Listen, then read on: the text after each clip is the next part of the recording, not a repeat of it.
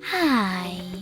In front of me is Realme C53 and today I would like to show you how you can edit saved Google password.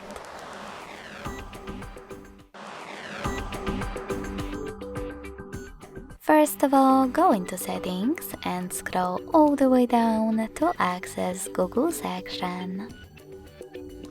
Then tap on Autofill with Google, and passwords. Following that, click on one of your passwords that you wish to edit, in my case this one.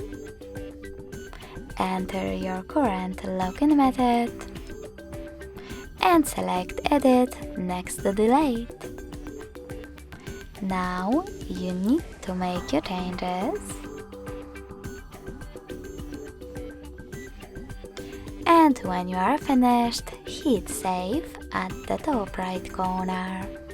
So when I do that, as you can see, my password has changed.